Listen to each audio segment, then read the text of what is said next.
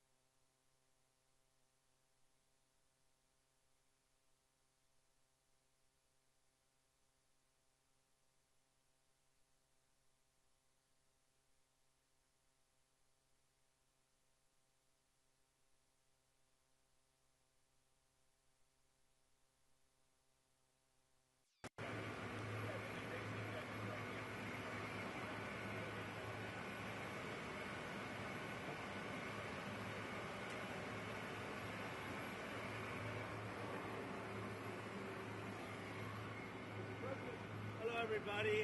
The trip was nice, and the job they've done is fantastic. And this is what you need. And Ron worked beautifully with Christie and all of the people at Homeland Security and got it done in how many days, Ron? 8 days, a new facility was up and running. So. And is this a model going forward, Mr. President? It can be. I mean, you don't always have land so beautiful and so secure. We have a lot of bodyguards and a lot of cops that are in the form of alligators. You don't have to pay them so much. But I wouldn't want to run through the Everglades for long. It will keep people where they're supposed to be. This is a very important thing. We're setting records at the board. You know, we had no people come through last month. Zero, no people. But we're going to keep it that way. So Ron did great, and I want to thank you. Well, look, we thank you, Mr. President. Thanks for your leadership. The border, you did that quicker than we knew you'd do it, but you did it so quick, which is great. But Biden let in how many millions, and you got to take care of them. And so this is one example of state operating this. The feds are approving it, supporting it. We're also going to have 2,000 more at Camp Blanding, which is our National Guard site. And we're the only state in the country that mandates our state and locals, law enforcement, to cooperate with ICE. And it's made a huge difference. On any given day, Florida constitutes about 20% of all immigration arrests nationwide. So what I would just say is, don't let Florida be the only state. We've got very red states that should be doing this just as much as Florida's doing. That will increase their numbers. And then what happens is you'll have a lot of people that will deport on their own because they don't want to end up in an Alligator Alcatraz or some of those other places. So I think this is a model, but we need other states to step up. I was going to ask you, would this be enticing for other states to come up with their own model? They are doing it. We have Louisiana doing it big. Alabama's doing it. We have a lot of states. They seem to be red states and not too many blue states for whatever reason. You know, it's but the red states, Republican-run states, are doing it. The blue states don't do very well at security and policing, unfortunately. What would you say, Kristen? You know, I would say that exactly right. The governor here has been fantastic in forming this partnership with the Department of Homeland Security. We were looking at different contracts with different vendors and thought, why not go straight to our governors and ask them to help us solve this problem? Florida was unique in what they presented to us, and I would ask every other governor to do the exact same thing. This is unique because we can hold individuals here, they can have their hearings, get due process, and then immediately be flown back home to their home countries. And their home countries are welcoming them. They're setting up loans for houses, they've got food assistance, they're helping to facilitate welcoming them home. I just got home from Panama, Costa Rica, Guatemala, Honduras, and they're all excited about getting their individuals back home from the United States. So and there is a lot of self-deporting. That's one thing I was actually surprised, but a lot of self-deporting. I flew over the Everglades. We did a little circle. I said, let me see. That's a big piece of land. It took us 25 minutes to fly around. Is there potential for enlargement or additional facilities out here? There may be. I mean, I think what we're doing is, because this is an important part of Florida, we're using the existing footprint of this airport. So when you guys go over there, you'll see all the beds, the medical, the galley, everything is on the concrete. We're not using any of the other stuff. Now, as you'll see, there's a lot of concrete, so there very well may be. I know Secretary Noem and her team have said as soon as the president departs, we'll be open to start receiving folks. And so we'll see what the tempo is. We do have the 2,000 in Northeast Florida that will open very soon. So it is possible to do. One of the things I think that is exciting about this is we're offering up our National Guard and other folks in Florida to be deputized to be immigration judges. We're working with the Department of Justice for the approvals. I'm sure Pam will approve. But then I'll have a National Guard judge advocate here. Someone has a notice to appear. Biden would tell them to come back in 3 years and appear. Now you'll be able to appear in like a day or two, so they're not going to be detained, hopefully, for all that long. We'll have people here in this facility that can make, it's a bureaucracy. The president's got to deal with the bureaucracy. Now, that Supreme Court ruling was good because that's going to allow him to be able to exercise Article 2 the way founders intended, but you still have bureaucracy. So we want to cut through that so that we have an efficient operation between Florida and DHS to get the removal of these illegals done. How many Are you initially, Mr. prioritizing President? going after the worst of the worst, or are you now arresting anyone who is here We're doing illegally? the worst of the worst always first. Yes. And I think it's great government, what we've done. And nobody can ever forget what this group of people, Biden or whoever it was, because probably wasn't even Biden. I don't think he knew what the hell he was doing. But Biden, whoever it was, what this group of people, a small group that circled the Resolute desk, what they did to this country. Think of it, what your time, all the time you have to waste doing this. It's an unforced error. We had nothing. We had no problem with this. There was never anything like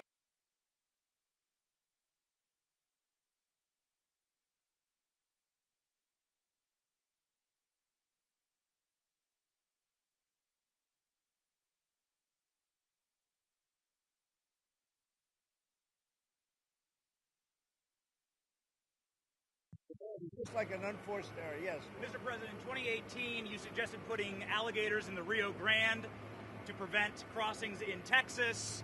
Is this a dream come true for you, sir?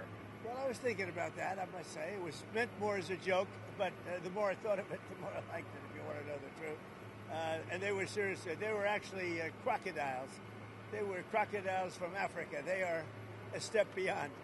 But no, that was really meant as a joke, but a lot of people liked it. And a lot of people think we should do it, frankly.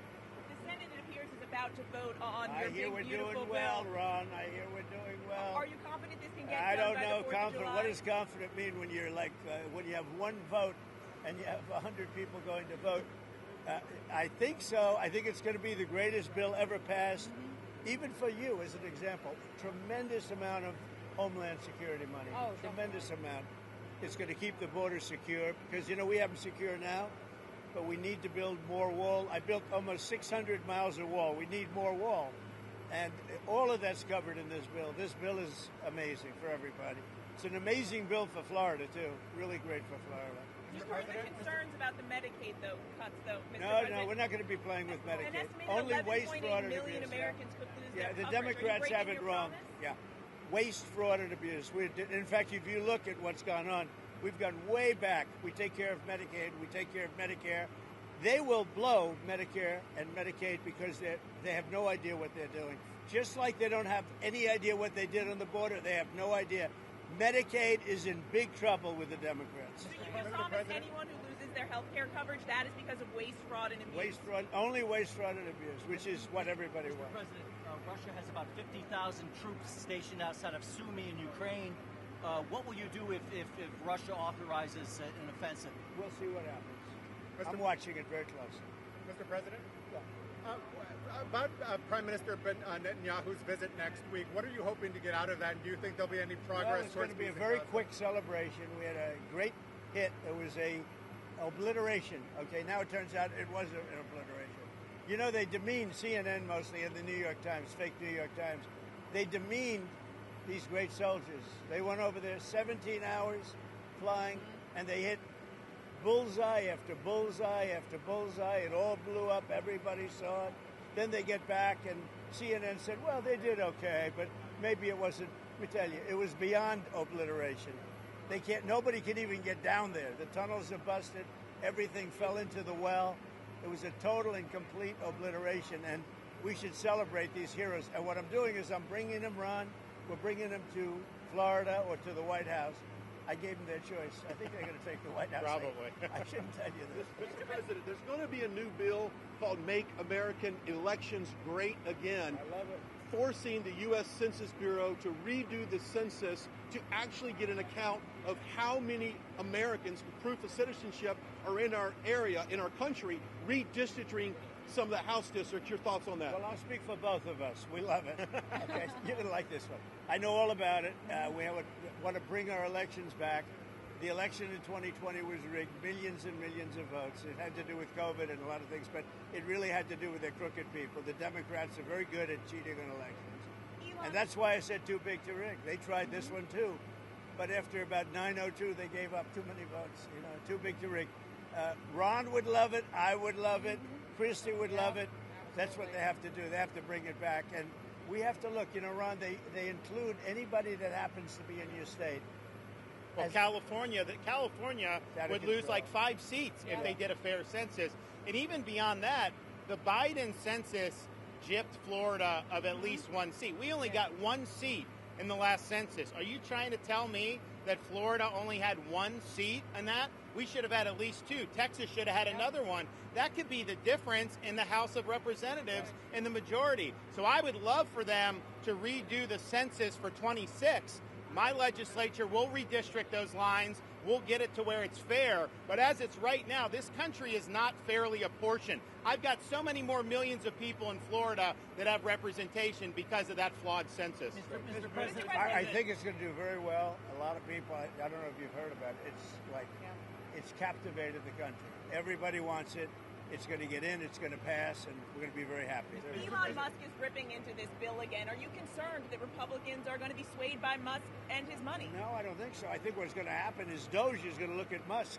And if Doge looks at Musk, we're going to save a fortune. Thank you very much, everybody. I don't think you should be playing that game with me. Mr. President, July 9th tariff guideline. Thank you very much, everybody. Thank you, Mr. President.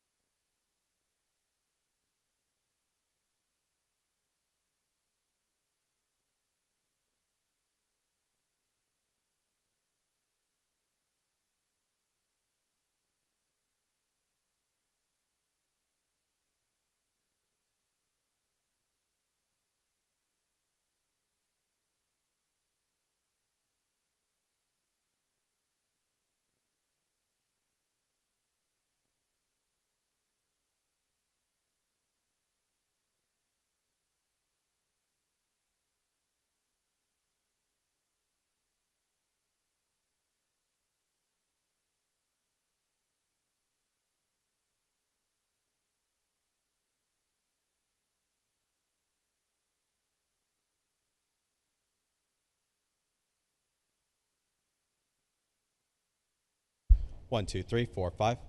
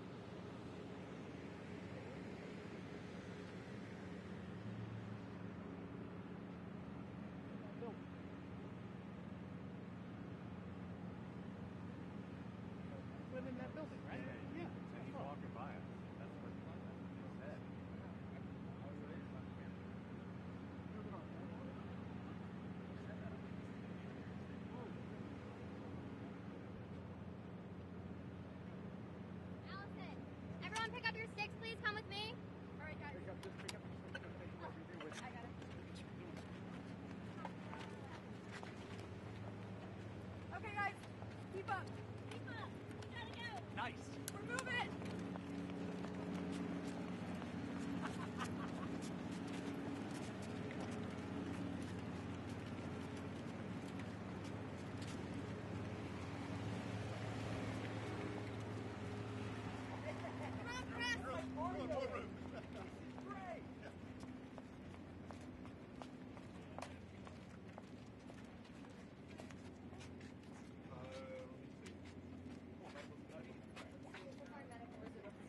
Where they will take. We're going in. Yes, this is our medical center. So we're gonna. The president has invited the press to join. Okay. We'll This was on the schedule, right? Yes. Yes, this Are we was able the to do? scheduled stop. Can I do some audio here on that? Or not? Hour it'll be out. No, medical stop. Stop 2. Oh, like Yes, he has invited the press to join.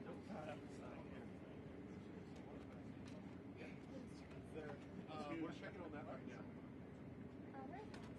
Madison, cell towers do you mind hanging back to get with John to make the error? That's from Yes. Yeah, I was about to I got a lot of towers. I was just about to drop them too, and do AT&T, and then the president trashed them.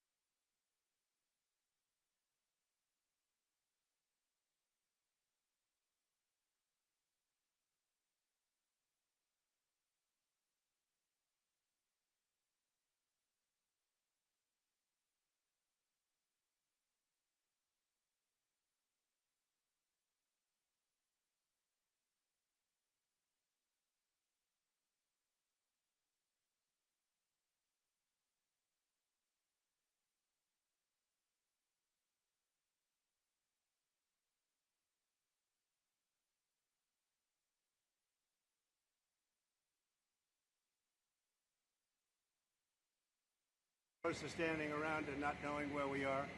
And we're just taking tours through the areas where they stay and the areas where the medical is and all. And they've really done, between Christy and Ron and the whole group, it's really government working together. And congratulations to you two guys. But I wanted you to see it as opposed to waiting for us and then say, how was it, right? It really is pretty amazing. Did they take the vote yet? How's the vote doing? I would normally be home waiting for the vote. Yes, we would. Or it'd be in Congress. That's right. But I wanted to come down and see. I hear the vote's going to be good. So we'll see. You'll let me know. You'll let me know. I will let Have you know. they taken it yet? What's that? They're taking it now. I don't think they've taken it yet. It's not Not concluded, but they are taking Boy, it. wouldn't that be an upset, huh? Are you confident that this can get through the House? And is there any wiggle room on your July 4th? It's the greatest tax cut in the history of our country. And if it doesn't pass, it's the biggest tax increase in the history of our country. That alone, 68% increase as opposed to a massive cut. It's the biggest tax cut in the history of our country, and everybody gets it. Mr. President and Madam Secretary, CNN yesterday pushed an app that lets you track where ICE agents are. Tom Homan was saying that perhaps CNN should be prosecuted for that. That's obstruction of law enforcement. Your response? Yeah, we're working with the Department of Justice to see if we can prosecute them for that, because what they're doing is actively encouraging people to avoid law enforcement activities, operations, and we're going to actually go after them and prosecute them with the partnership of PAM if we can, because what they're doing we believe is illegal. And they may be prosecuted also for having given false reports on the attack in Iran. They were given totally false reports. It was totally obliterated. And our people have to be celebrated, not come home and say, what do you mean we didn't hit the target? We hit the target first. You know, the pilots came home and they said we hit the target first. So they may be very well prosecuted for that. What they did there we think is totally illegal. Okay, let's go. Follow us. You got it. Right. You all right? Since the boys been very lucky. Marjorie Taylor Greene. Oh, really? You Works for who? He works for Real America's Voice. Oh, okay, good. Good. You think it's easy being with Marjorie? You think I could take some heat? She was working out pretty hard this Yes, she weekend. was. wasn't she? Yeah, she was.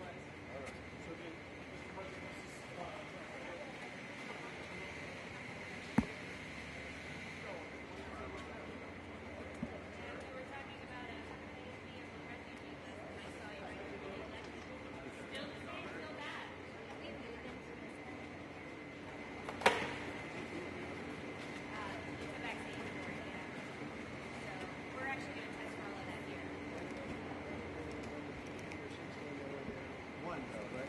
I was Right? I was a little worried when they get my 1-year-old shot, but I didn't know any better. You know, that particular thing with the kids is out of control. Yeah. Now, 1 in 32 versus 1 in 20,000 20 years ago. Yeah. Autism. So it was think of it, 1 in 20,000 20 years ago. Now it's, I heard 1 in 16 in California. Yeah. 1 in 16. Well, that's because they've been. Can you imagine? So there's something. I think Bobby's going to figure it out. Nice to see you. Thank you for visiting Yeah, us thanks down for here. visiting. This is our team, our pharmacist, and our nurse practitioner, our Good recovery afternoon. How are you? They actually did all the work. Nice to meet you. Nice to meet you too. Thank you guys for doing this. Thank you for your partnership. You had how many days to do it? We actually just had 24 hours. 24 hours. Yeah. I was relentless. This is like a monoclonal antibody clinic on steroids. We did the monoclonal in 24. By the time they were doing these, 16 hours later.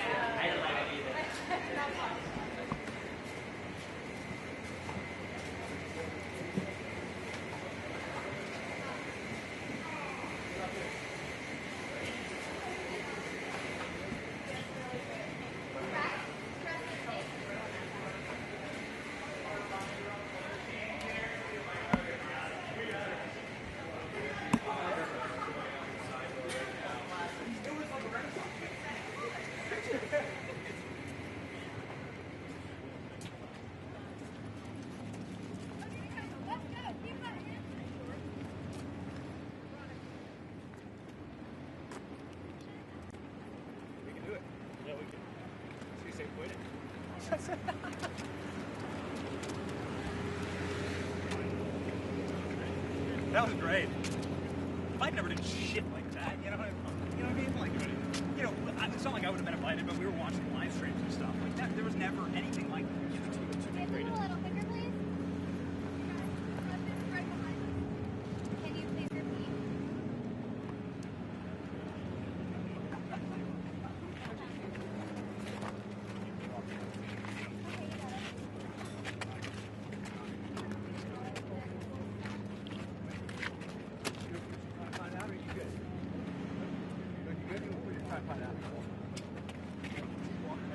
He's walking. Here he comes, Brian. Huh? You left.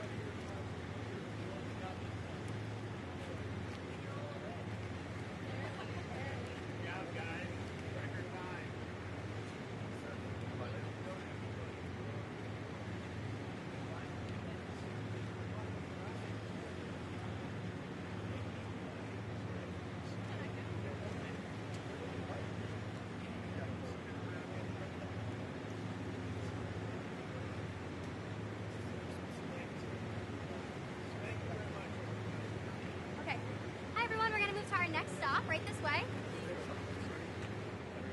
Thank you, Press. Okay, Press, let's keep going. Come on, guys. Please run. Run, Press. Run, I'm sorry.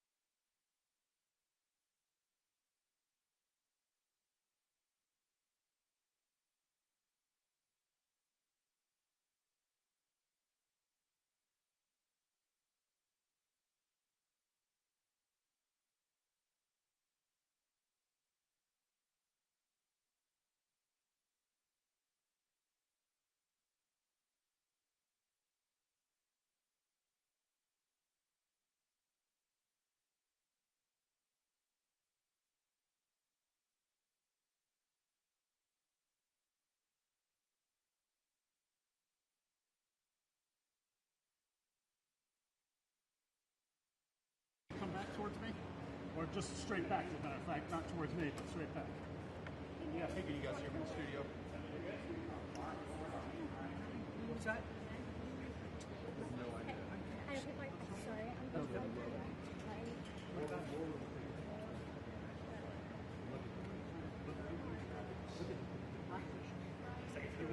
What's he saying? What's that? What's bands? Oh,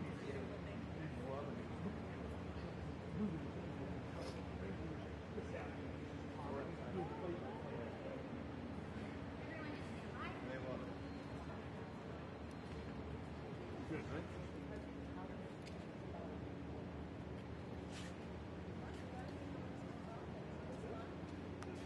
Oh, wow, this is the actual ball.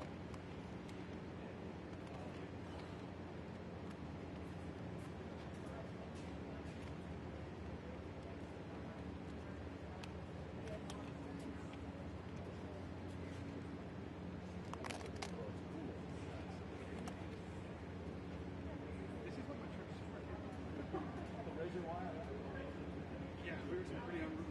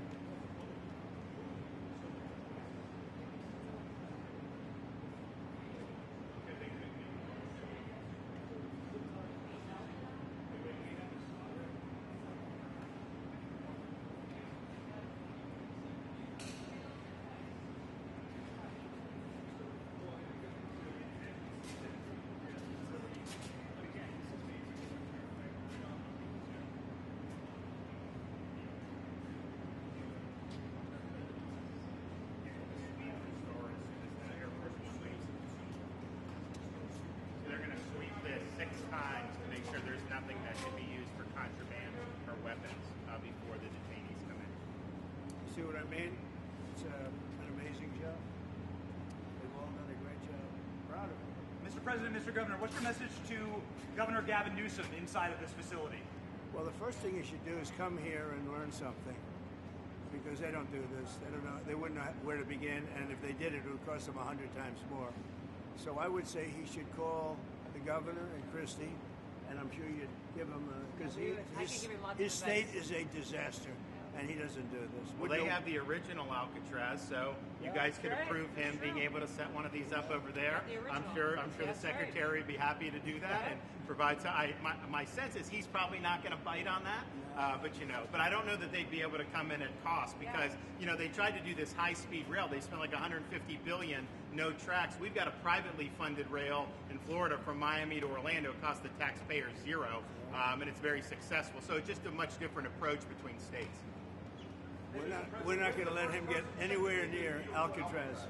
It'll cost 100 times more than they thought. Now he ought to come here and study this because he can learn a lot. Yes. The first person checking into the room, sir. Tomorrow. Hopefully tomorrow, within the next 24 hours. They have the doctors, they have all the professionals. There's going to be a security sweep because there's been civilians here, so they will sweep this multiple times to make sure there's nothing can be used as weapons or any contraband. And then once that's cleared, then they'll do. So it's really up to Secretary. I know has got people in the queue, and so they'll be ready to receive. I think our viewers at home should note that this is air-conditioned facility. So if any of the news claims they're keeping them out in the hot, humid South Florida, that is wrong. It's probably 62 degrees here, to be honest. Or 70. Hey, Biden wanted me in here. Okay, he wanted me. It didn't work out that way, but he wanted me in here. What's your expectation what this will do for the speed and force of deportations? A lot of things, and they're both telling me that these people come in here, they want to go home.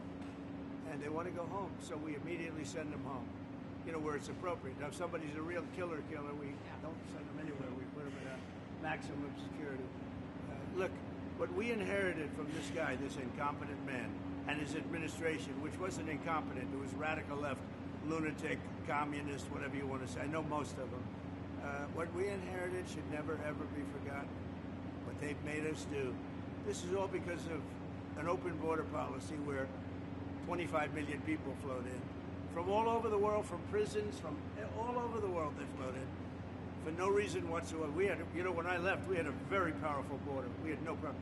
He opened it up. Day one, he just opened the border and people couldn't believe it. That's right. They were standing there. What are they doing? They said, go in. That's it. You look at the first day tapes.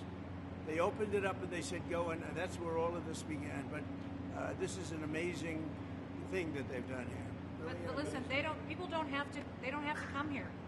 If they self-deport and go home, they can come back legally. We will let them come back legally. And there is a lot of self-deportation. Yes. But if you wait and we bring you to this facility, you don't ever get to come back to America. You don't get the chance to come back and be an American again and work here. So they weren't with us when the President and the Secretary Kevin and I, we went through the intake. So right when you do the intake, they have the information about voluntary departure.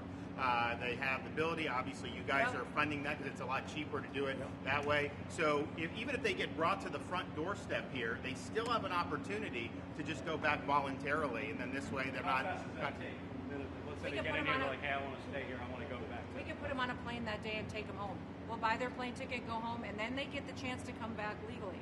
If they wait and say we're not going to do that, they can come back legally after a period. Mr. President, you've talked recently about the idea of finding some way to get farm workforce and service sector workforce, and I think you've discussed somehow a program of people leaving on a sponsorship and coming right back. Can you give us a little more detail about that and why, in the view of some hardliners, it's not amnesty? Take care of our farmers and hotel workers and various other people, and we're working on it right now, and Ron's going to be involved, and you're involved already. So we have a lot of cases where ICE will go into a farm, and these are guys working there for 10, 15 years, no problem. The farmers know them. We're going to put, it's called farmer responsibility or owner responsibility, where they're going to be largely responsible for these people. And they know these people. They've worked on the farms for 15 years, and all of a sudden, so I have a great, Ron does, Christie does, we have a great feeling for the farmer and for others in the same position. And we're going to give them responsibility for people. And we're going to have a system of signing them up so they don't have to go. They can be here legally. They can pay taxes and everything else. They're not getting citizenship, but they get other things. And the farmers need them to do the work. Without those people, you're not going to be able to run your farm. Mr. President, you and the governor tangled pretty hard in the 2024 election. Yet you stand here now. Yet you stand here now as partners on this effort. How would you describe the relationship, and what future does Governor DeSantis have? I think it's a 10. Maybe 9-9, because there might be a couple of little wounds. So maybe it's not 9. I think we have a 10. We get along great. Well, the thing about it is, I endorsed him immediately in January 2024. I raised one of his PACs millions and millions of dollars, and obviously we saved him a lot of money in Florida because Florida was a deep red state. He didn't even have to do a rally in Florida, whereas 2016 and 20, this was like ground zero. And so we've been really happy to do that, and then we've worked very well on this and other issues with Florida. And you can call him at any time, and he wants to be helpful for governors. I mean, I can tell you that. We did Hurricane Helene last year. You didn't hear from the president at the time then, but with President Trump, we know immediately. You just make the phone call. Yeah, as a follow-up question, I'm sorry, like another thing you inherited. How firm are you going to be with Netanyahu about ending the war in Gaza? Very firm, very firm. But he wants it too. I will say he's coming here next week. He wants to end it too. We had a tremendous success with Iran. They won't have me. Somebody said, "When are you going to sign?" I said, "Sign? They are so bombed out." Did you see the report issued this morning? The place was decimated. It'll be years before anybody even gets down there. So that's not a priority, but we'll have a report and we'll have whatever we want. We'll get whatever we want from Iran. And I think, and I hope they want to have a good country. They have massive sanctions right now, biting sanctions. It's going to be very hard for them to do anything with those sanctions. And I look forward to maybe there'll be a time when we get along with them and they can rebuild their country. Is there a point where you tell Netanyahu, like, you gotta end this now, you gotta strike a deal? Well, he wants to. I can tell you he wants to, and I think we'll have it. I think we'll have a deal next week. That's what I think. Mr. President, did you intend to announce your pick for successor to Jay Powell earlier than say, or as early as say this summer or this fall? Will I do something about who it's going to be? Yes. I don't know. Hey, he'd be a good candidate. You might do him. She'd be a good candidate too. Anybody would be better than Jay Powell. No, he's causing us a fortune because he keeps the rate way up. I think it's Trump derangement syndrome personally, but we have a very strong country. We're the strongest country. Look, our country right now is at a level that we haven't seen for 40, 50 years. What we're doing now is nobody's seen anything like it. I told you, I was in the Middle East. The King of Saudi Arabia said to me very strongly, he said, "You know what? A year ago you had a dead country. Now you have the hottest country in the world." We do. We have the hottest country in the world. Thank you very much. When are we going to see that exemption for farmers? And what about other We'll be seeing it over the next What couple about of construction and other years. Also, industries? those type of industries. Will Kilmore Abrego Garcia be the first inmate here?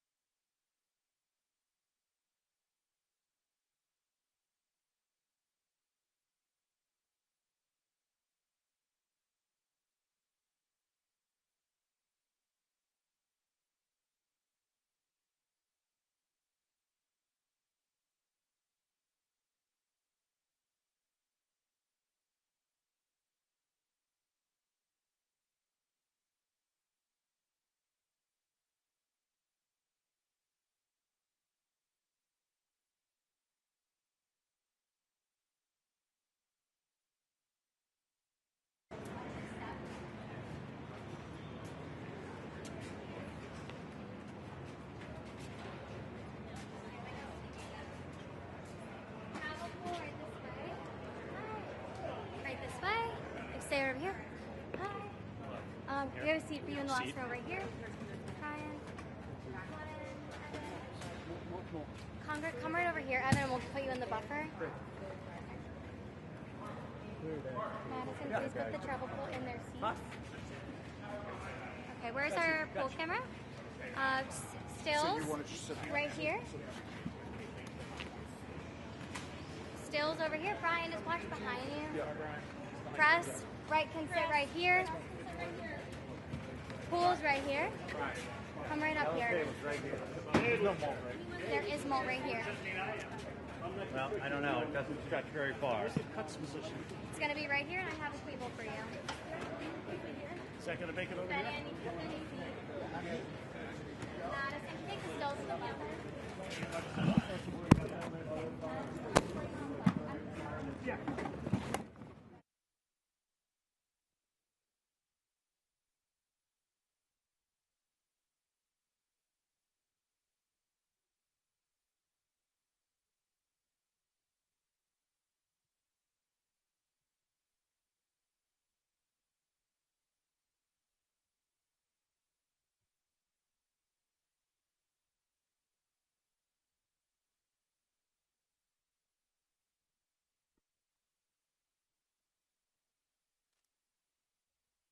Good job. Even the microphone works well. That's good.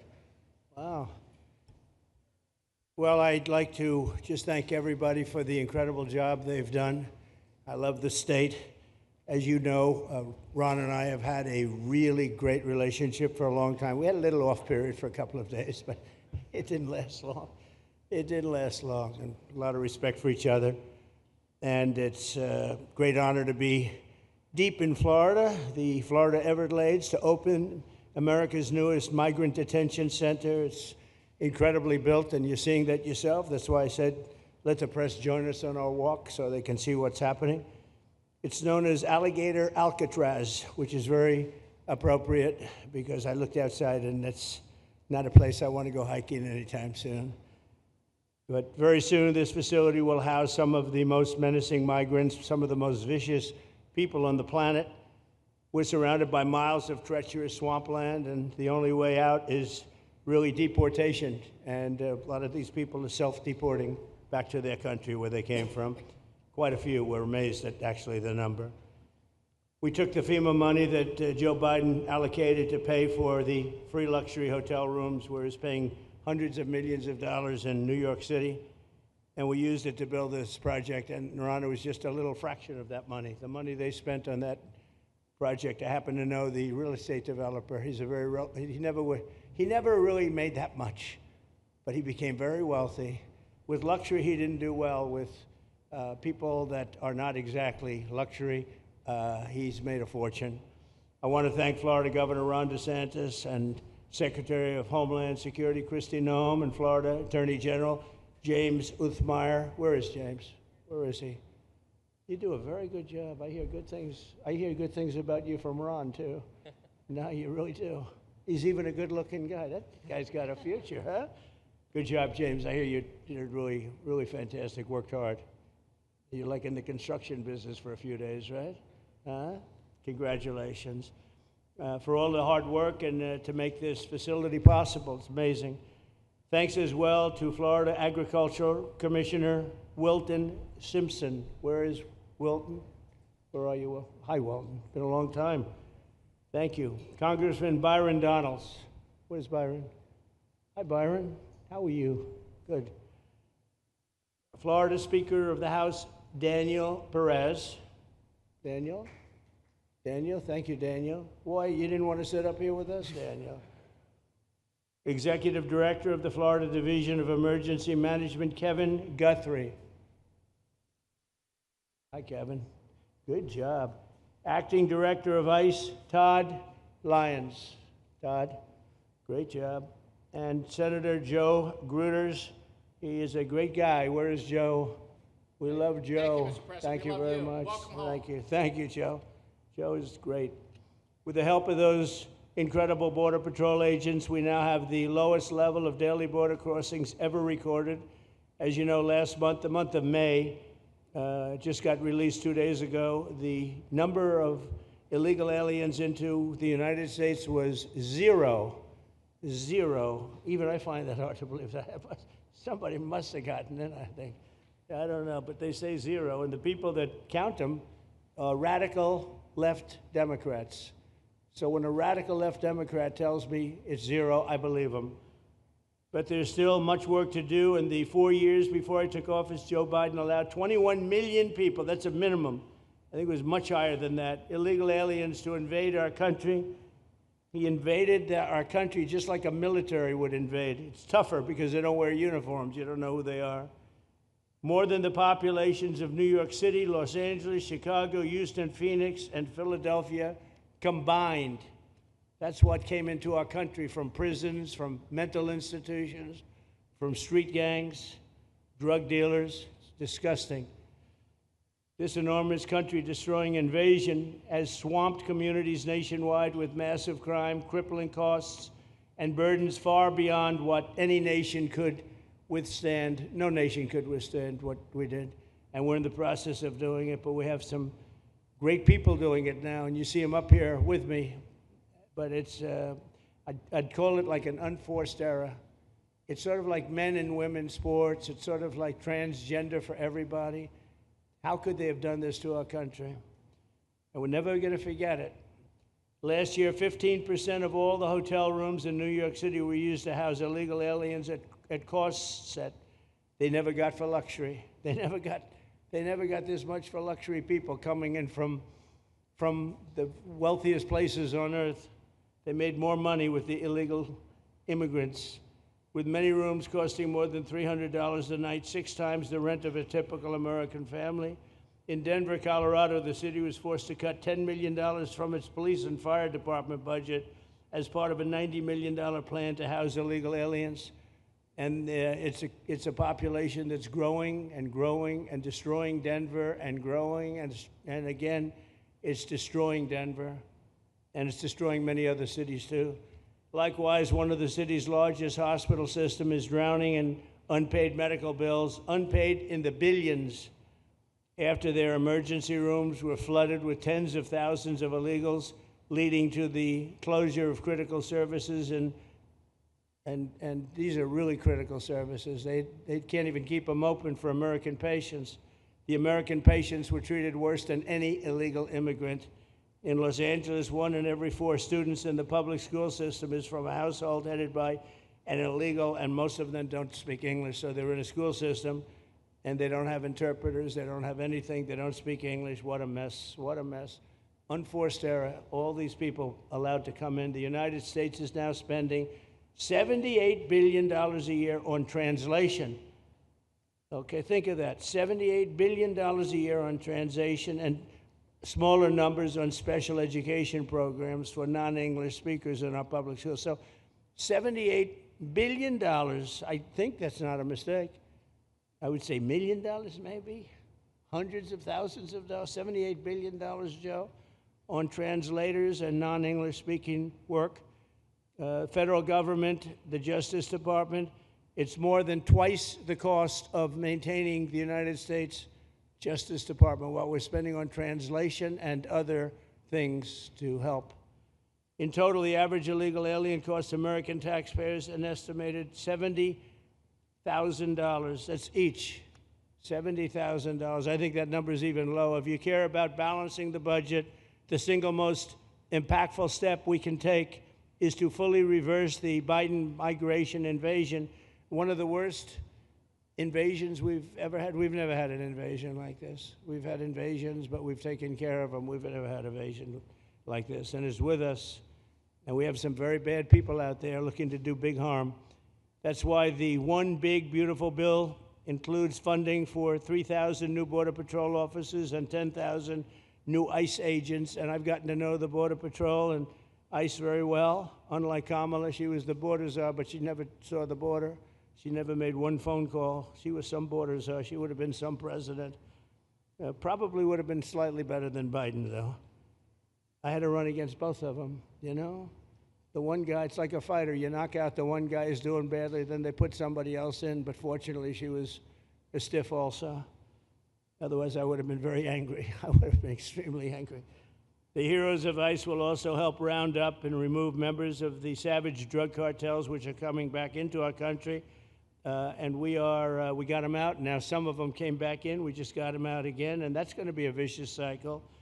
But these are foreign gangs. They're horrendous people, killers, that have infiltrated our territory, including 8 which we have designated as foreign terrorist organizations, which gives us a lot more power for speed and getting them out much easier. And we had a great court victory, as you know, on Friday that allows us to do what we have to do from the Supreme Court of the United States.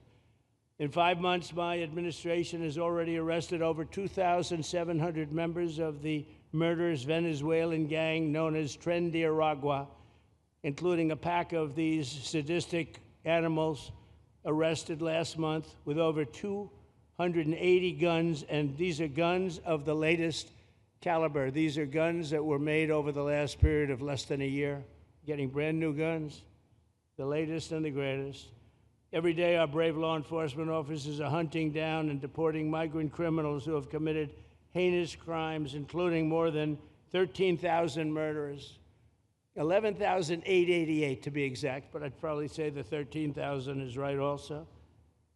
Think of it, 11,888, and more than half of them, they committed more than one murder. So, Ron, many of them are out of here already, but it's still it's a hell of a number to be confronted with. Just this year, ICE agents in Miami have apprehended illegals with arrests for murder, kidnapping, rape, child sexual abuse, and arson, people of the worst order. We're getting these monsters out of the United States, out of Florida, out of all the places that they're in.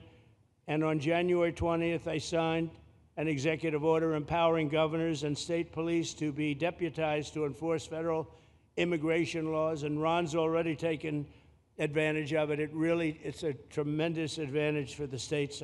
Most of them are doing it. Actually, the blue states tend not to do it. Even a couple of them have, though. And I want to express my tremendous thanks to the state of Florida for embracing this opportunity and being a true partner. They've worked so well with the federal government. It's been just a beautiful, beautiful partnership. So, Ron, I'd like to thank you personally. You are my friend, and you'll always be my friend. And we may have some skirmishes even in the future.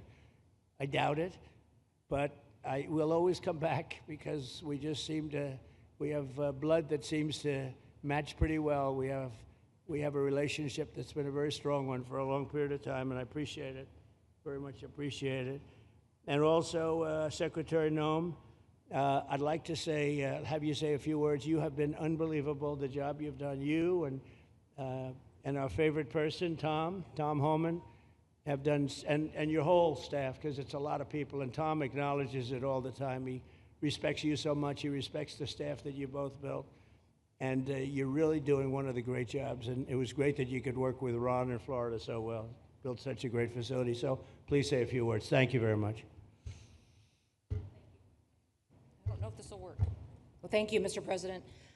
First of all, I want to thank you for putting the safety and the security of the American people first, and the way that you never lose focus on making sure that America stays our priority and that the families that live here get the chance to grow up and to raise their children in communities that are safe and that give them an opportunity to pursue the American dream. This facility here is a fantastic representation of what can happen when all of government works together and when it's accountable to the taxpayers and to the citizens that live here.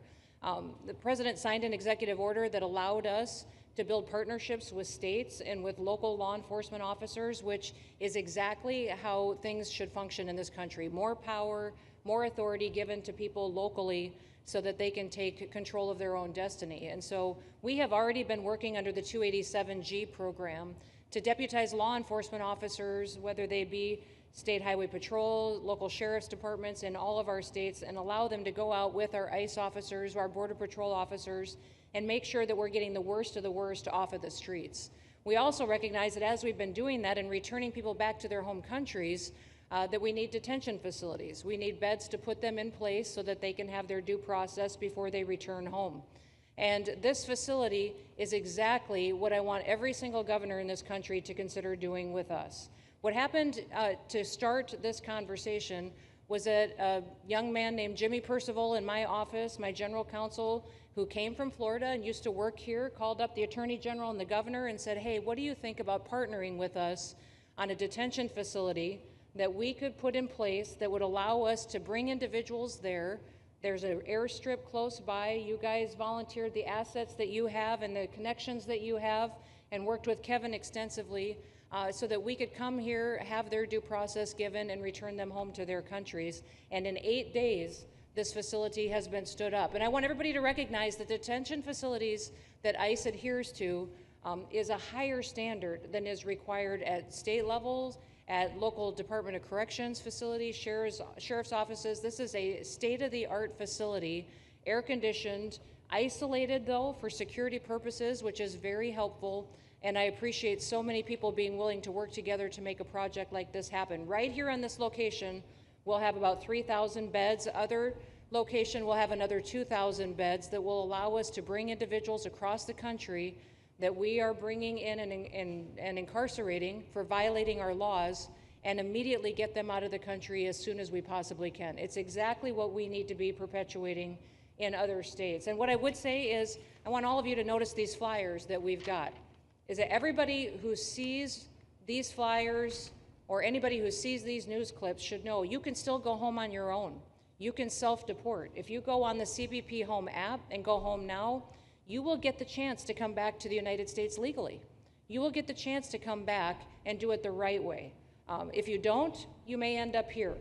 And you may end up here and being processed, deported out of this country, and never get the chance to come back. That is the consequences of breaking the law in the United States of America. Listen, our job is to uphold the law. This is a country of laws. We have a border now, and because we have a president that cares and recognizes that we need to be a nation of borders and a nation that upholds the law. If you break the law, there's consequences. We will deport you and you will never get to be a United States citizen. You'll never even get to come back here and work and to pursue the American dream. But if you decide you want to go home now, go home. And we'll help facilitate it. We'll buy your plane ticket. We'll get you there. In fact, I just got back from Panama, Costa Rica, Guatemala, Honduras. Those countries are excited to get their citizens home. They're setting up programs to loan them money to buy houses when they get there, help them with food assistance, get their children educated, scholarships. They want their citizens that are living here in the United States illegally to come home and to be a part of their economy and help their countries grow. So this is a win-win for everyone, and I just want to end, Mr. President, by thanking our law enforcement officers, by thanking our ICE officers and our Border Patrol officers for what they do every day. They are out on the streets, and violence against them has increased over 500% since Trump has gone back into the White House, because he's upholding the law and because a bunch of liberals, socialists, and Marxists are out there lying about what President Trump is doing. President Trump is upholding freedom by what he is doing. The freedom to live safely in this country and to do things legally and to have justice. And because those liberals, and I'm calling out you, CNN, I'm calling you out because you lie every single day about what these operations are. We are going after murderers and rapists and traffickers and drug dealers and getting them off the streets and getting them out of this country because Joe Biden let the worst of the worst come in here. The other day I was talking to some marshals that have been partnering with ICE. They said that they had detained a cannibal and put him on a plane to take him home, and while they had him in his seat, he started to eat himself, and they had to get him off and get him medical attention. These are the kind of deranged individuals that are on our streets in America that we're trying to target and get out of our country because they are so deranged they don't belong here. And they shouldn't be walking the streets with our children, and they shouldn't be living in the communities with our families who just want to grow up, go to job, raise their children to grow up and get a job and to live the American dream. So thank you to all of our law enforcement officers, those in our military that have been helping, our National Guard. Thank you to Governor DeSantis for stepping up and being an example to other governors. I hope my phone rings off the hook from governors calling and saying, how can we do what Florida just did? How can we do exactly what they did? Because we need this big, beautiful bill. We absolutely have to have this big, beautiful bill that has the funding so that we can continue this operation and we can get those bad criminals off of our streets and have the officers to do it so that when they go out on an operation, somebody's got their back. Somebody's got their back, they can do it safely, and they can go home to their families at night too. So this bill needs to pass through Congress so we have the resources at the Department of Homeland Security to make sure that our homeland truly is secure. And Mr. President, thank you for Stephen Miller. I just want to thank you for him. This guy calls me night and day and tells me all of his wise advice and wisdom, but he's a rock star because he loves this country and he's passionate about making sure that nobody is prioritized over an American citizen. We love everybody. We do.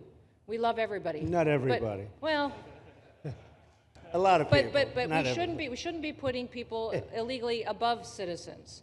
We should be making sure that we do things right, and that's what America has always stood for, and we're an example to the rest of the world because we do it right. So, Mr. President, you surround yourself with great people, and I think that's because everybody wants to work for the greatest president that the United States has ever had, and that's President Donald J. Trump. Thank Thank you you, very sir. much, Christy. That's Thank so you for nice. your Thank you. Thank you very much. And I have to say that, you know, when Christie's name was put before me by Tom Homan, by the way, because I wanted him for the border, and somehow I thought that was going to be good in that sort. But he didn't want the upper job, and I said, who do you recommend? Christy Noem. I said, oh, are you kidding? She's great, but she's such a fine, elegant person. He said, sir, she's tough as hell. I said, are you sure?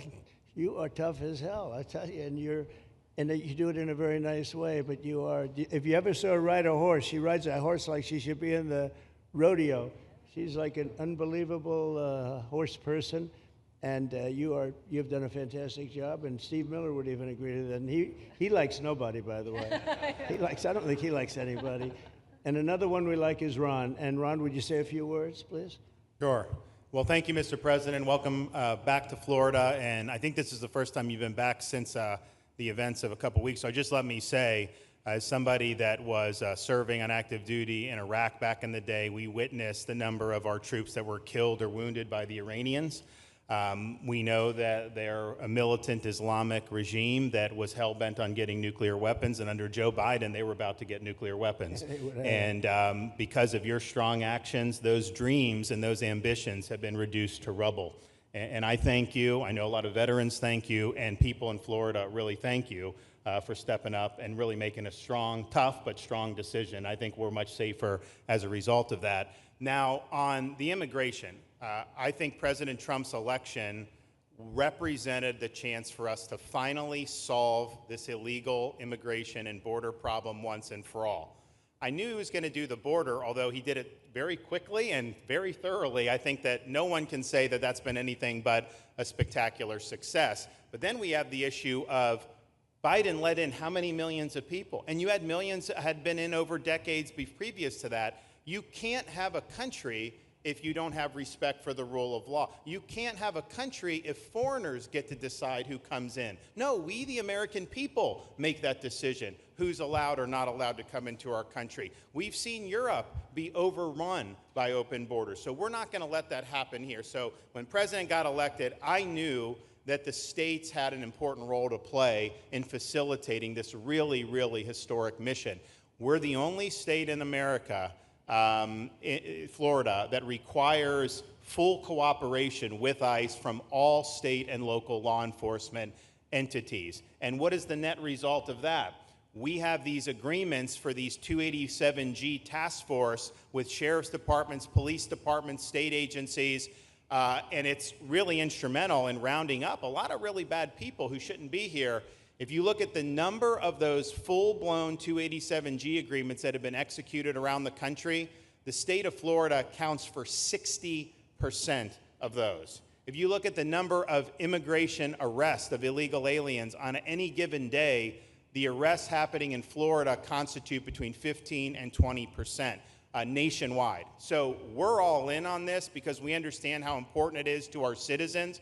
It crowds schools, it crowds medical, it crowds housing. Yes, you have illegal alien crime as well, and people want the problem solved. And the only way we're going to solve it is if states like Florida step up and help the president, help Secretary Noem get the job done. Now, this facility here was really in response to us working with DHS and ICE from the time the president got sworn in, and the number one thing they kept coming back to was Biden decimated the agency. I mean, let's just be clear. You could have illegals in Florida. Biden would just release them. Even when they had notices or they had orders to be removed, Biden wouldn't send them back. So their interior enforcement collapsed under Biden.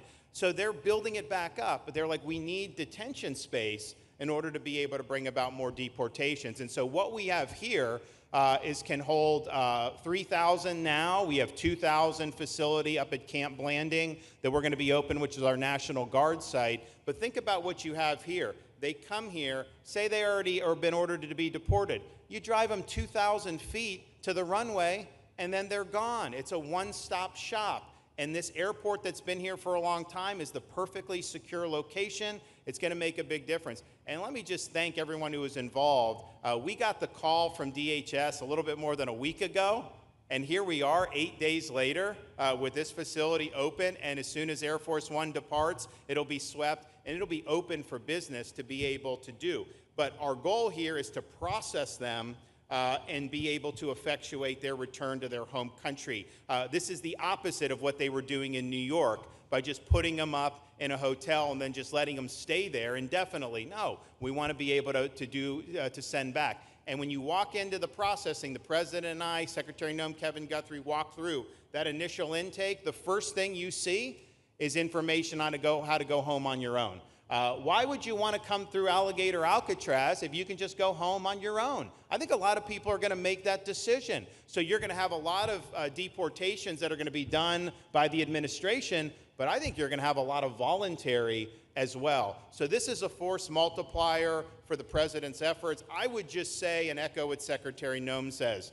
There is no reason why other states can't be doing it. And I know Louisiana, Texas, a couple of them, but we've got if only the red states did this, they would be able to expand their capacity by tens of thousands, maybe 50, 100,000 on a given day. That's how you really start to make a difference. And so we're proud to be able to partner with the Trump administration on that. Mr. President, thanks for coming down. I think you highlighting this is going to move the needle in a big way throughout the country, and I think it's going to help all of us achieve the really big results that I think our voters want to see. Thank you, Ron. Great job. Thank you, Mr. President, for the opportunity. My name is Kevin Guthrie. I'm the Executive Director of the Florida Division of Emergency Management. And I'd also like to thank President Trump and the Department of Homeland Security Secretary Noem for joining us here today and for their continued support. I want to thank first by thanking the man to my right, and that's Governor Ron DeSantis, whose bold leadership and swift action made this project possible. Make no mistake, this facility would not be standing here without the President, the Secretary, and the Governor's vision and determination to uphold the rule of law. Florida is and will always be a law and order state. Even before the President took office, the Governor made it clear that illegal immigration would not be tolerated in the state of Florida. When the President and the Secretary asked Florida to help, the Governor empowered our state and private partners to work collaboratively and deliver real results on a rapid timeline. The Florida Division of Emergency Management is best known for leading the nation in hurricane response and other natural disasters. We understand how to act fast without bureaucracy in the face of any emergency. Our teams built roads in 8 hours, bridges in 3 days, base camps in 72 hours, and full causeways in 2 weeks. Getting things done quickly, efficiently, and correctly is at the core of our mission. We simply just want to be the best at what we do in the nation. When the Governor called me, and we answered, and we were proud to bring our logistical expertise to the table. We know how to set up base camps for guardsmen, first responders, linemen, volunteers, and other aid sources, and distribute that in a matter of days before a storm. We're able to translate this knowledge to what we did here at Alligator Alcatraz. Florida has put the best teams together who check their individual logos and egos at the door to get this done. Not just for you, Governor, but Mr. President, for you as well. There are over 13 different vendors that came together to get this solved in 8 days. Truly a whole of private sector partnership to get that done. Behind you on these boards, in only 8 days, we have built a fully compliant detention facility with a detainee capacity of up to 3,000 people, with room for additional capacity if you asked us to do so. The detention facility includes over 158,000 square feet of housing and is a fully aluminum frame structure rated for winds of 110 miles an hour or a high-end Category 2 for those people that don't think that we're taking that into consideration. This is Florida, by the way. Power supply is fully redundant with backup generators in place. We've put a staff village here on site with a capacity of 1,000. Our services are hot meal 3 times a day, 24/7 medical facility, pharmacy, air conditioning, access to indoor and outdoor rec yards, legal and clergy support services, laundry. Our security element is over 200 security cameras throughout the facility, more than 28,000 feet of barbed wire, 400 plus security personnel to include 200 men and women, soldiers and airmen underneath Major General John Haas's command as the Adjutant General of Florida. And it's all surrounded, as you pointed out, Mr. President, by 10 miles of beautiful Florida Everglades. Contingencies, as with all state correctional facilities, we have a hurricane plan. We will not wait for a Cat 2. We will follow our normal evacuation procedures as we do for any other facility statewide in our great state of Florida. We have on-site fire and EMS resources so that we do not we don't burden the locals with any type of response. All in all, sir, this has been a perfect state logistics exercise for this hurricane season. Everything we did here in the last 8 days, God forbid, if we have a hurricane, we're going to do it again. This was a dress rehearsal for us, and we are ready, willing, and able to support you, sir, the governor, secretary, and everything that you need us to do. Just a week ago, it was a taxiway and a runway, and now it's a fully functioning facility. We are happy to support you, Mr. President, Governor, Secretary. Fantastic, Joe. Thank you.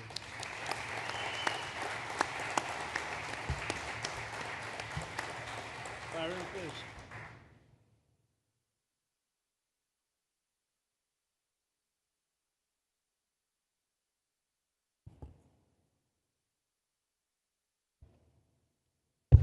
There we go. First of all, Mr. President, we all have to thank you for your leadership and for the mandate that the American people gave you to finally secure our borders and to deport criminal illegal aliens and longstanding illegal aliens out of the United States. That is a mandate given to you by the American people. I know Secretary Noem, Stephen Miller, Governor DeSantis, myself, on behalf of the other members of Congress in the Senate, and of course here in Florida, we are behind you 100% in that mission. To the governor, I really appreciate you and commend you for your leadership on this, taking swift, decisive action to building this facility. One of the things that has occurred because of the work you did earlier this year with the legislature is that our sheriffs are out there every single day. They are arresting these criminal aliens in our streets, and they're seeing some backlog in their jails. So this facility primarily goes to address some of that backlog and then to help us fulfill the mission that the president has led us to. So Governor, thank you for your leadership and thank you for your decisive action on this. It really does mean a lot to all the people of Florida, of course the people of the 19th Congressional District. Secretary Noem, I mean, what can I say? The president's right, you're double tough. So we appreciate all your leadership. You and Tom Homan have been doing a great job. And I'm actually going back to DC after this because we have to vote on one big, beautiful bill in the House. We have to get that to the president's desk so we can get you the resources that you need to fulfill the mission that the American people have asked us to do. I totally agree with what Mr. Guthrie has said. This is a logistical marvel when something like this occurs. We've seen Florida Department of Emergency Management answer the bell time and time again. The governor has said we need to accomplish this, and DEM gets that job done. And we had a side conversation about, I know there were some concerns. People were like, well, what happens if a hurricane comes? What happens if this happens? And I looked at Kevin Guthrie and I said, you already have a plan, don't you? And he goes, of course we have a plan. You know that we do. This is what Florida does, Mr. President, and so I want to commend you for your leadership and your vision on this. Governor, thank you for all that you've done with your vision and determination. Secretary Noem, we're going to get the bill done so you get the resources you need. See you, sir. Thank you very much. Oh, thank you. Wow. Thank you. You know, I'm waiting, listening to these wonderful words, and they are music to my ears, but I was also wondering how we're doing, because I know this is prime time. It shows that I care about you, because I'm here, and I probably should be there, but we do care. Thank you very much. James, please. We're all happy now, James. Yeah. Well, I can speak on behalf of all of our sheriffs, state law enforcement, our police chiefs. We are going to continue to make arrests, our pedals to the metal, as many as we can. We want to fill this place up. The governor and Kevin have shown they can build bridges in 3 days, so why not some detention facilities? Hopefully there's more to come. And you really kind of were the inspiration for this. We like the idea of reopening the original Alcatraz. I don't know if that can happen or not, but we thought, hey, we've got our own natural Alcatraz in the middle of the Everglades. Right. Great runway, great perimeter, so let's make it happen. In Florida, we walk the walk, and we will deliver for all of you. Thank you. Well, I heard you were responsible for the locational pick, and you cannot have picked a better location. I said, whoever the hell made this choice, I know you take it a little heat from some environmental groups, but I take it all the time, and that's an honor. But I heard you were very responsible for that choice, and that was a big choice. Thank you very much. Great job, James. Thank you. You want to finish over here, and then we'll go over here. We'll go back and celebrate the big, beautiful bill that you just got passed. You sure that's right, Brian? Yeah, all right. Wow, good. He's doing a good job. Right. Wow. Mr. President, first of all, I just want to say how grateful we are that you're back here in your home state of Florida. You've been doing an amazing job, not only at our border, but around the world, keeping this country safe and Americans. We are grateful for your leadership. God had a plan for us, and it was Donald Trump. So thank you for that.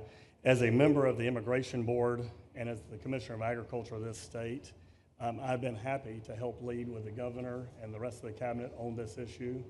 We're very proud, Secretary Noem's here today and others, to represent not only the United States in our efforts to make this commitment to keep our citizens safe, but we're going to continue in Florida to remove the barriers to have your vision come true of a safe United States. We're going to get these illegals, the illegal criminals out of this state, and we really appreciate you and your leadership in this effort. So thank you for being here Thank you today. very much. You're doing a great job, too. Thank you. Thank you, Mr. President. Joe Gruters, State Senator. I'm a member of your Homeland Security Advisory Council, your Vice Chairman. Thank you for that appointment. And thank you for coming back to Florida and everything that you do. Every single day you are delivering on the promises that you promised to us at all of the events you've done throughout the years, but specifically this last campaign. You deserve all the credit for everything, and you are surrounding yourself with incredible people like Secretary Noem, Stephen Miller. And just like your big, beautiful bill here in Florida, there was a lot of commotion about our immigration bill. And we had 3 B's in that: beds, badges, and bad guys. And this goes right along with our beds and the resources.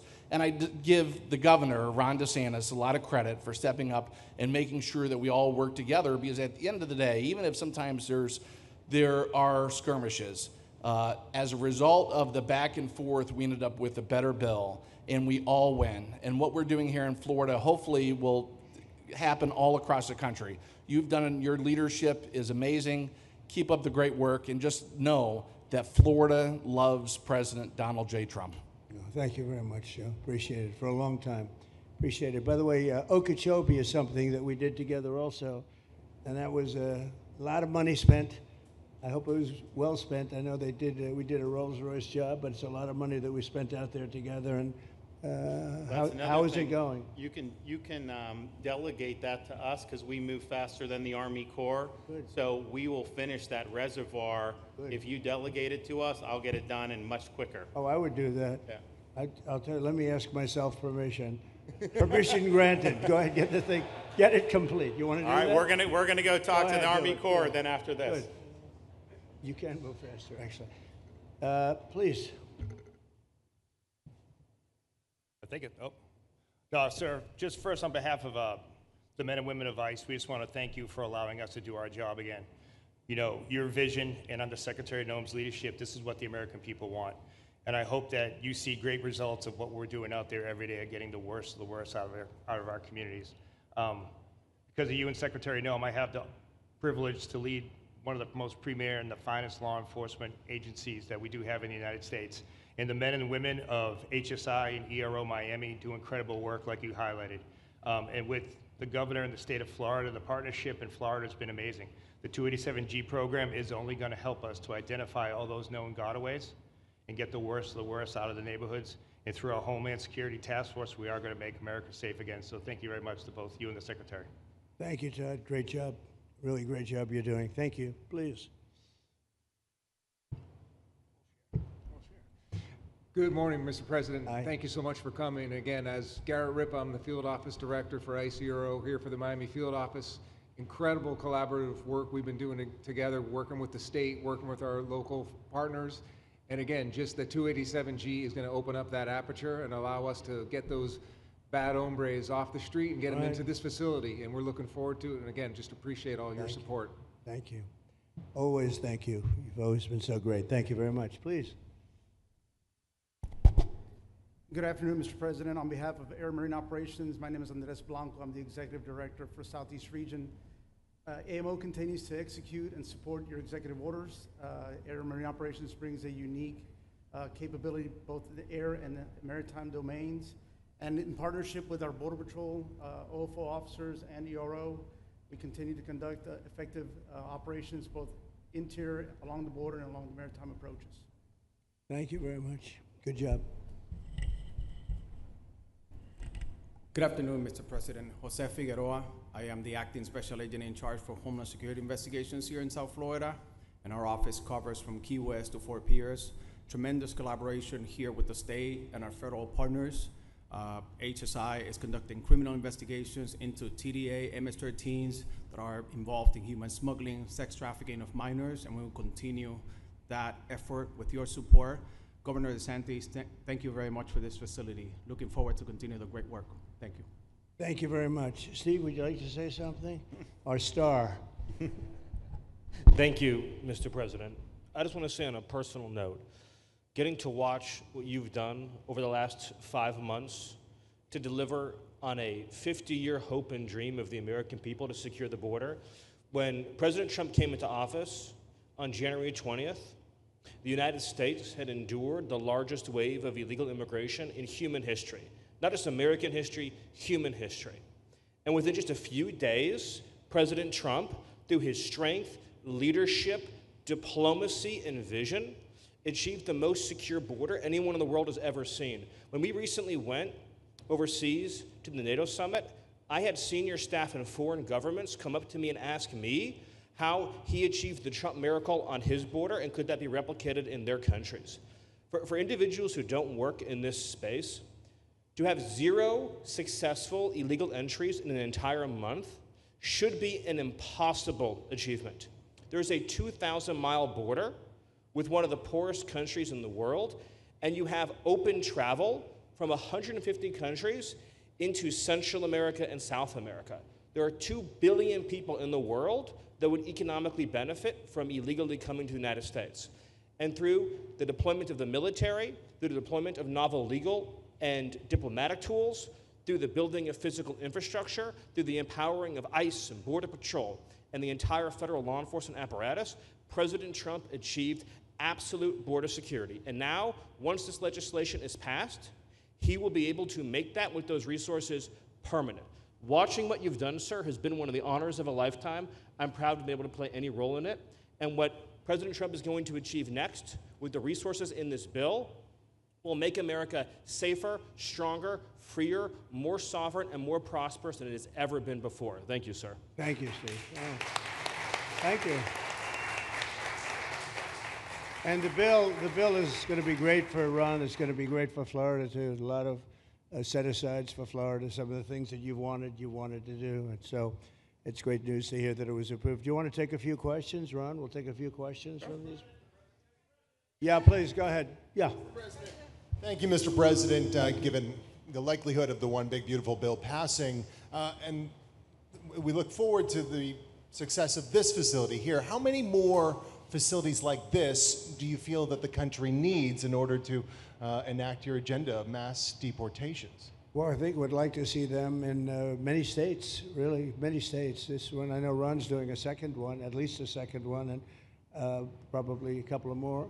And, you know, at some point, they might morph into a system where you're going to keep it for a long time. You know, it's not that far away from jails that take years to build, and money is spent and wasted. And, you know, like the railway that they have in California that costs like 40 times more than it was supposed to cost. The same thing happens with prisons. You look at this, in a short period of time. Ron, James, and some of the people that really worked on it along with our people, they did this in less than a week. And you look at it, it's incredible. The incredible thing is picking the site, because the site was one of the most natural sites. It might be as good as the real Alcatraz site. You know, it could be. Well, that's a spooky one too, isn't it? Huh? That's a tough site. But so I think it could last as long as they want to have it. I mean, you may morph this into, you know, your prison system, frankly, which I know you always need, unfortunately. I'd like to say, you know, a little controversial, but I couldn't care less. We have a lot of bad criminals that came into this country, and they came in stupidly. It was an unforced error. It was an incompetent president that allowed it to happen. It was an auto pen maybe that allowed it to happen, and it did happen. But we also have a lot of bad people that have been here for a long time, people that whack people over the head with a baseball bat from behind when they're not looking and kill them, people that knife you when you're walking down the street. They're not new to our country. They're old to our country. Many of them were born in our country. I think we ought to get them the hell out of here, too. You want to know the truth. So maybe that'll be the next job that we'll work on together. But I think getting them out, you know, we forget about them. We had some bad accidents in New York, and they're not accidents. They were done very much in purpose. People being pushed into a subway just before it arrives, going 40 miles an hour, and they're 10 feet away from where the thing is. You get pushed right into the face of the subway train, get whacked and killed. And these are sick people. I'd like to get them out of here, too. Yeah, please, go ahead. White shirt, glasses. Julio Rosas, Blaze Media, sir. A couple months ago, I ran into former DHS Secretary Mayorkas, and I asked him a couple questions about his disastrous handling of the border. He didn't like my questions. But the number one question that I heard from people in responding to my video was, why hasn't he been arrested yet? You know, obviously, you guys are cleaning up the mess that was made deliberately for the past 4 years, and so people want accountability. It's great to see that the border is secured, and it's great to see the state level cooperation. But I guess I would ask you, why hasn't he been held accountable, or anybody really? Well, you know, pardons were given out by to many people, and they shouldn't have been given out. Like the Unselect Committee of Political Thugs was given a pardon because they destroyed all of the information from 2 years of hearings, and they should be arrested, but they were given pardons. Was he given a pardon, Mayorkas? Was he not? I don't believe so, Well, sir. I'd take a look at that one, because what he did is, it's beyond incompetence. Something had to be done. Now, with that being said, he took orders from other people, and he was really doing the orders. And you could say he was very loyal to them, because it must have been very hard for him to stand up and sit up and, you know, talk about what he allowed to happen to this country and be serious about it. So he was given orders. If he wasn't given a pardon, I could see looking at that. In fact, why don't you take a look at it, Kristen? He was impeached, but yeah, it was just a fake impeachment. It was a fake impeachment. Why don't you take a look at it? I think he was so bad. They were all so bad. Look, it was the worst president in the history of our country. We've had some bad ones, but he was the worst president. But somebody told Mayorkas to do that, and he followed orders, but that doesn't necessarily hold him harmless. So take a look at it. Very good question, actually. Thank you. Yeah, please. Go ahead. Mr. President, you and the Secretary have both said that many people have self-deported since you came back into office. Yeah. How many is many, and has the rate gone up? How do you see the tempo of that moving forward going on?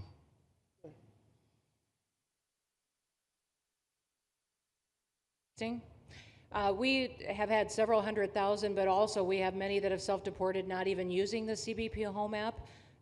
When I have gone to these other countries to negotiate security agreements and information sharing on criminals, who's coming and going into their countries, they report that hundreds of thousands have come home that weren't on our radar, that they are coming home on their own and self-deporting because they want the chance to be able to go back to America someday. So we believe it's over 1 million, possibly more than that. I'm asking all of those countries for their information on what they have of individuals that may have returned home, that they have taking advantage of their programs to help them become a part of their civilization again too. So we know it's over 1 million, but we have to, I'm getting more information, and that number will grow. If they don't leave, they never get the chance to come back. If we have to take them out, and we will, they'll go out, but they never get a chance to come back. The other way, we actually make it a little bit easier for them to come back. Okay? Thank you. Good question. Thank you. bill is now passed in the Senate, but we are already hearing from some Republicans in the House who say they cannot get on board with the changes that were made to the bill in the Senate. What is your message to those holdouts? Well, I just heard that about the Senate, and the bill just passed, and it tells you there's something for everyone. I mean, it's a great bill. There is something for everyone, and I think it's going to go very nicely in the House. Actually, I think it will be easier in the House than it was in the Senate. And just to be clear, on the Medicaid cuts, you've promised not to cut Medicaid, said this is all just targeting waste, fraud, and abuse. Are you saying that the estimated 11.8 million people who could lose their health coverage, that is all waste, fraud, and abuse? No, I'm not saying that. I'm saying it's going to be a very much smaller number than that, and that number will be waste, fraud, and abuse. And if you look, they took a much more liberal stance on the Medicaid situation than they could have. They had a tough stance and a weak stance. They took not a very strong stance on that to start off, and it's waste, fraud, and abuse, and everybody wants that covered. What number is that? What analysis are you seeing? I'm not seeing a number, but I know it's much less than the number you gave, and we really were very, very cognizant of three things. Social Security, we're going to take care of it beautifully. Medicare and Medicaid, and we are going to save it, whereas the Democrats are going to, you won't have it. They will destroy Medicare and Medicaid, and they have to because their numbers don't work. So it's not going to happen. They're the ones that have destroyed Medicare. They have made it so bad already, they're going to make it a lot worse. But now we'll be in charge, so we're going to have no problem with Medicaid or Medicare or Social Security. Thank you. Yeah. Claire Gall with Wink News in Fort Myers. What is your direction to ICE when it comes to arresting farm workers here illegally, other workers in industries that are pretty critical to Florida's economy? Yeah. Well, we're very much cognizant of that, and as you know, I won the farmers by 92%, and I'm not going to be abandoning my farmers. We were strong on the borders, but we're also strong for the farmers and for others in the hotel industry, et cetera. You know, we have similar situations, and Christy and I, and we'll be working with Ron and a lot of the states. We're going to work something where the farmers can be responsible for some of the people they have people run for 10, 15 years that they know very well. We're going to put them responsible and we're going to issue a form of a card or document, and the farmer's going to be responsible for these people. They're not going to have citizenship, but they'll be working, they'll be paying taxes. We need to get our farmers the people they need, otherwise our farmers aren't going to be able to do their land. You know, it was tried once before, many, many years ago, where there was a very strong guy, and he got everybody out, and every farm almost in the country, but every farm in California, every farm in Iowa, almost all the farms went bankrupt. They had nobody to work, and we don't want to have that situation. So we're going to work it. We're going to put our farmers and others in charge of the people that they have under them. They know the people, and I think it's going to work out really well. We're going to take care of our farmer, but we're going to get the criminals out, okay? Yeah, go ahead, please. Thank you. Mr. President, how do you respond to critics who fear that a 3,000-bed detention center and the waste that could produce will pollute the surrounding federal protected land, including land that both administrations have invested billions of dollars in restoring? Well, I was one of those that invested billions of dollars and hundreds of millions of dollars right here in the Meadowlands, but in the Everglades, and the Meadowlands too in New York. If you look at what we did up there, speaking of the Meadowlands, a lot of places like this, but this is a very unique one. One thing I'll say about this land, we'll be gone 1,000,000 years and this land is still going to be here. It's not going to be much different. You'll have the water moccasins, you'll have the alligators. You may not have people, but you're going to have all those animals. They're going to be around, and you got plenty of them out here. I think it was a brilliant choice, and I think almost anybody in his or her right mind would say this was a brilliant choice. I give the governor a lot of credit for using this piece of land. And in addition to that, it's on top of something that was already developed. It's an airport. You know, you have the runways, you have so it's already been developed. So it's not like you're dropping dirt right into the thing. There was zero movement of that. That was done many years ago because the airport's very old, but it was an abandoned airport. And frankly, it's like perfect. And you can do expansion on this site substantially without doing anything. So the people, I heard them complaining about the Everglades. There's no, I don't think you've done anything to the Everglades. I think you're just enhancing it. This was already here. How long has the airport been here? Decades. Many decades, yeah. And they have, Kevin, all these guys have a waste plan, like the wastewater gets trucked out, potable water gets, literally, they have, even our DOT has put things up in case there's any seepage, which we don't. So you are literally doing this on concrete that's already here. So I don't think those are valid and even good faith criticisms, because it's not going to impact the Everglades at all. President's been a champion, we've been a champion, really changed the game in Florida on it. I think it's just people don't want to see illegal immigrants deported, and that's their ideology, and they have a right to that. But illegal immigration's unpopular, so they know that they're going to have less effect trying to do it. So they're going to try, oh, well, no, it's just about the Everglades. But really, I think a lot of those people, they just don't want to see illegals deported. Because if you actually hear, everyone's here, you obviously know there's zero land that's being disturbed. Well, when we talk about popularity, though, I will say I ran on the issue of illegals, and we have to get them out. And I won 82% on that issue. So I think that they may not like certain aspects of it, but ultimately they do not want them in their country. And if this is a part of a use, but I think from an environmental standpoint, it's incredible. In fact, when we landed that very big, heavy plane today, they came out and checked it fairly. I think they want the president to be able to land on a piece of concrete that's not going to go 6 feet underground. And they checked it. They came back and they said, this thing is really solid. So it's been there a long time. It's going to be here a long time, and it was a great choice of a site. Thank you. Yes, please. Brian, go ahead. Yes, sir. The people of Syria were recently seen on the streets waving American flags, chanting Trump, Trump, Trump. They're so appreciative of the economic sanctions that was lifted on that country, giving them a little bit of hope for prosperity. You want to comment on that? Well, they're great people, and the man that is leading them has a reputation. He was the head of some pretty tough organizations, and a lot of people criticized me for that. I said, well, what are we going to do, take him out of a day school, a country day school? It's going to be, by nature, I would think, Ron, they'll be pretty tough, and he is pretty tough. But I think I met him, spent a lot of time with him, good guy. I took off the sanctions because if I didn't do that, they wouldn't have had a chance. And Syria has a chance. The people are great. They work hard. They're very smart. It used to be a place of professionals, accountants and lawyers and doctors and high academic credentials in that part of the world.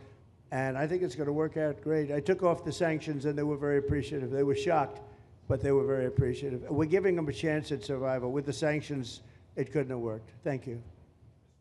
Mr. President, your beloved New York City may well be led by a communist soon, Zorhan Mandami, who in his nomination speech said he will defy ICE and will not allow ICE to arrest criminal aliens in New York City. Your message to communist Zorhan Mandami. Well, then we'll have to arrest him. Look, we don't need a communist in this country, but if we have one, I'm going to be watching over him very carefully on behalf of the nation. We send him money. We send him all the things that he needs to run a government. And by the way, they get about 3 times what you get, Ron. If you look at the per capita, Florida gets 1/3 of what New York gets in terms of the numbers. Why don't you give us those numbers? Yeah, well, because that's what we should send him. Yeah, well, like sometimes people say Florida gets more because they count Social Security recipients, but that's not money to the state. Those are seniors that live here. If they moved to North Carolina, you could count it there. So it has no interaction with the state government. They get more on the city and state governments than we get. Right, substantially. We're going to be watching that very carefully, and a lot of people are saying he's here illegally. We're going to look at everything, and ideally. He's going to turn out to be much less than a communist. But right now, he's a communist. That's not a socialist. I've always said, we will not have socialism in this country. In the speeches, I said, well, what? They skipped socialism. And you got a lot of them like that. And you see AOC, she's out there with her, bad IQ. She's out there ranting and raving about how wonderful he is. And look, so far he's winning. He still has a race to win, but so far he's winning, and he has an advantage as a Democrat in New York City. I was there a long time ago, and it was a long time since a Republican won the city, but you would think that a Republican would be able to win. Or you have a good independent running, Mayor Adams, who's a very good person. I helped him out a little bit. He had a problem, and he was unfairly hurt over this question. He made a statement to the effect that this is terrible. New York City can't have all these immigrants come in, and like he was indicted the following day. And I said, that was a phony indictment, and it was a phony indictment. That was a Biden indictment. I said, don't feel bad. I got indicted 5 times every time you opened your mouth. That was a bad group. That was a very dangerous group, I will tell you. These were not nice people. That was the only thing they could do. They had no policy. They had no skill. They had no anything. But they were very good at that. They were vicious, vicious, horrible people. Thank you very much. Yeah, please, go ahead. Anna Giratelli with Washington Examiner. Governor DeSantis has proposed using National Guard, deputizing them as immigration judges to get through this massive backlog of people in the immigration court. Would you be open to that? Yes, he has my approval. Okay. That wasn't too hard to get, was it, front? He didn't even have to ask me, James. You didn't even need James to ask me. He has my approval, okay? Good. I also like what he's doing in Okeechobee. He has my approval for that, too. I don't know how we work that out, but we'll work it out. We'll follow up. Go ahead. Please. President Trump, Jake Stofan with Action News Jax from up in Jacksonville. There's some talk about a facility similar to this up in Camp Blanding. Has that been approved by DHS? If not, what's the timeline? When could we see ground break on that? Well, I'll ask Ron or James to talk about it. Do you want to mention it, James? The overarching plan, I think the secretary has said she supports the whole plan, so you guys are going to keep going. Yeah. So, Mr. President, just specifically, the response for proposals is out for that today. It closes, I can't even remember what day of the week it is, but it closes on Wednesday at 5 o'clock. Then we will do notice to proceed. So I would say right after our wonderful Independence Day, we will be starting construction there at that facility. You're going to have another big runway there, too. That's great. Wow. Boy, I love these runways. It's very convenient, I must say. Having a runway is a nice thing. Today, you don't get runways approved. I will tell you, it's tough to get a runway. Although in the age of Trump, you get them approved fast. You know, we're approving massive electrical bins, what they call them bins, but big electrical facilities for all of the factories and the AI that's coming in. They're going to build their own electric. They're going to be really. They're going to be made into electrical providers. They're going to have a lot left over. They'll put it into the grid. I think, well, you know, they're going to end up doing so much. They'll put it into the grid. Won't even cost anything from their standpoint. But so we have a lot of that happening. We get approvals fast. So, but I was just saying, runways are hard to get, but we'll get them now. But in the past, I would say over the past 30, 40 years, when you can get a runway, that was considered gold. Okay, please, go ahead. Go ahead. Sure.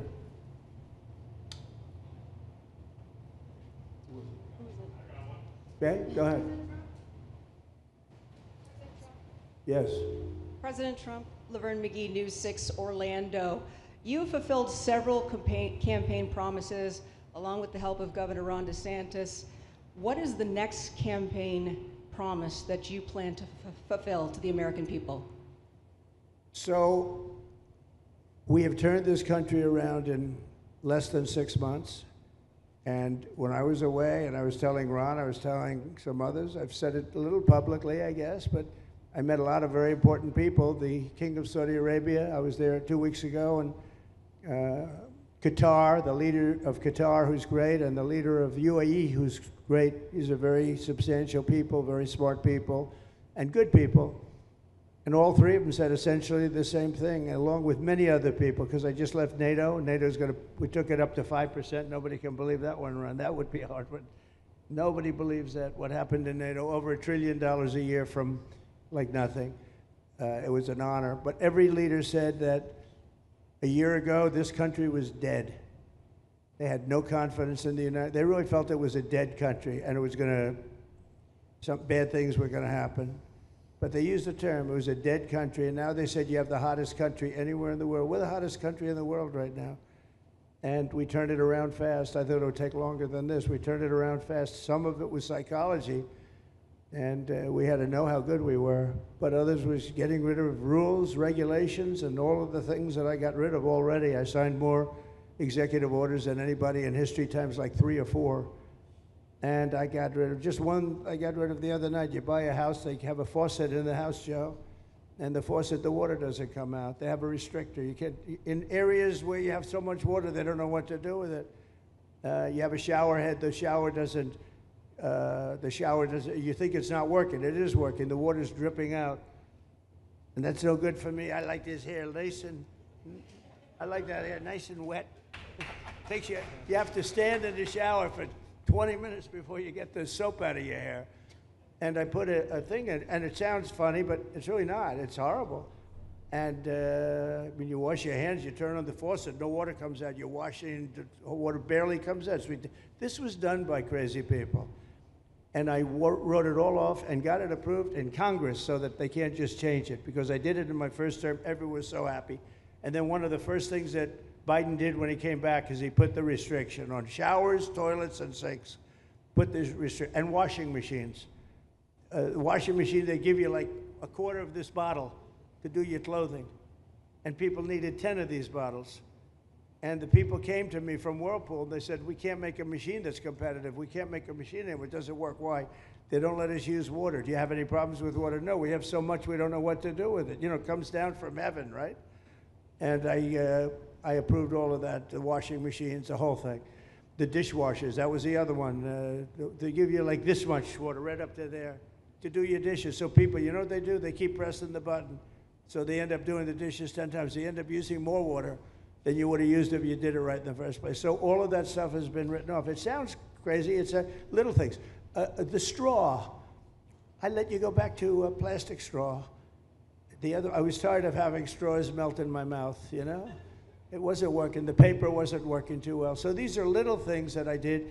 Then we have the big things. We have the biggest things, and that has to do with some of the subjects we're talking now. I think the things we're talking about now are the biggest, because if you don't have borders in this country, borders and good elections, and we're working on that next. There's some bills coming in that's going to make sure that you're a citizen, that people aren't counted in the voting when, you know, they were here and they're here as illegals and they're criminals in many cases, and they give them a count, and you end up with extra congressmen. We're going to work on that. We're going to straighten that out next. That's going to be easy compared to what we were doing. But we did the big things too. But little things like that, a straw, little things like a washing machine with no water. People go out, they spend all their money on a washing machine. The damn thing doesn't work. You can't use the water. Then you go to your sink, and that doesn't work either. You're stuck. You know what you do?